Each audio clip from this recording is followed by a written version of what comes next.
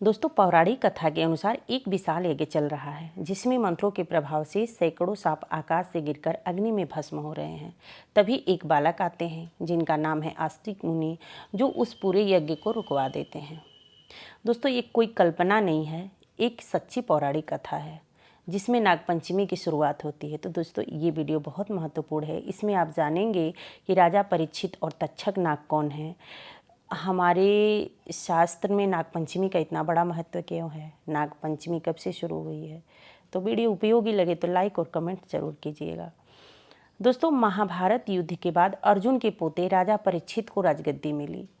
एक दिन उन्होंने एक ऋषि के तप में बाधा डाल दी और गुस्से में उनके गले में एक मरा हुआ सांप डाल दिया।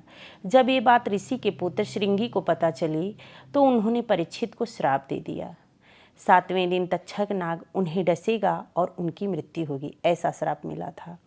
और वही हुआ। 7वें दिन तक्षक नाग ने राजा परीक्षित को डस लिया और वे मृत्यु को प्राप्त हो गए। पिता की मृत्यु से दुखी होकर उनके पुत्र जन्मेजय ने नागों से बदला लेने को ठान ली। उन्होंने एक बहुत बड़ा सर्प शुरू किया, यज्ञ सर्पों का। उसमें सभी सर्पों को आमंत्रित किया। इस यज्ञ में ऐसे मंत्र पढ़े गए जिससे सारे नाग खींचे चले आते और यज्ञ की अग्नि में गिरकर भस्म हो जाते थे। एक एक करके उनके नागों का अंत होता गया, यहाँ तक कि तक्षक नाग भी उस यज्ञ की ओर खींचता चला आ रहा था।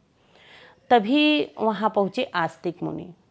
दोस्तों, जो आधे ब्राह्मण और आधे नागवंशी थे, उन्होंने यज्ञ रोकने के लिए राजा जन्मेजय से प्रार्थना की। पहले राजा ने मना किया, लेकिन जब आस्तिक मुनि ने धर्म और करुणा की बातें कही तो राजा को विचार करना पड़ा।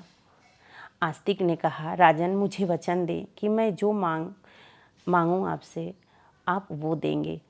तब आस्तिक बोले, इस यज्ञ को यहीं रुकवा दीजिए। राजा वचन से बंधे थे, उन्होंने यज्ञ तुरंत रुकवा दिया।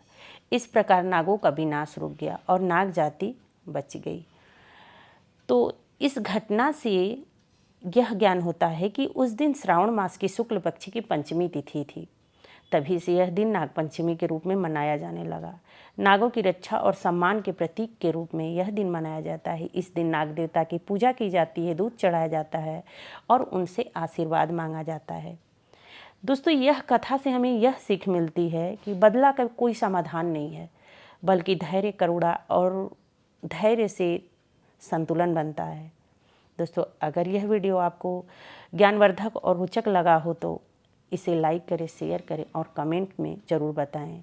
क्या आपने पहले भी ऐसी कथा सुनी थी? ज़रूर बताइएगा। वीडियो अच्छी लगी तो कमेंट्स में अवश्य बताइएगा। मिलती हूँ अगले वीडियो में, तब तक के लिए जय श्री राधे।